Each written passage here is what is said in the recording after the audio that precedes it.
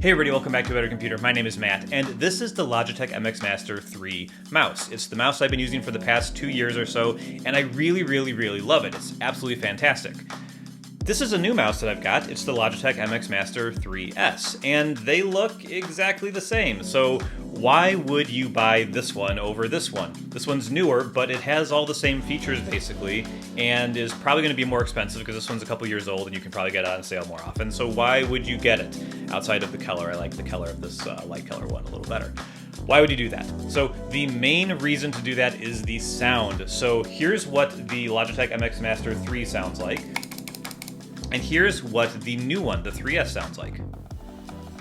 So I'll do a real sound test in a second here, just to close out the video, but yeah, that's the real reason to buy the 3S over the 3.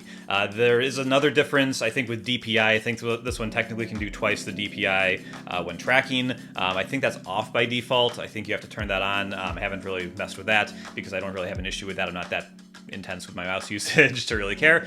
And if you don't use Bluetooth, they still both connect over Bluetooth, but if you use the USB kind of receiver, this one uses the one Logitech has been using for years. I think it's the Unifying remote or the Unity remote or whatever.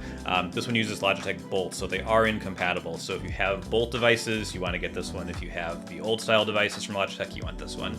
But anyway, let's get on to the sound test. That's going to be it for the video. Thank you so much for watching. After the sound test, we'll get out of here, but thank you again.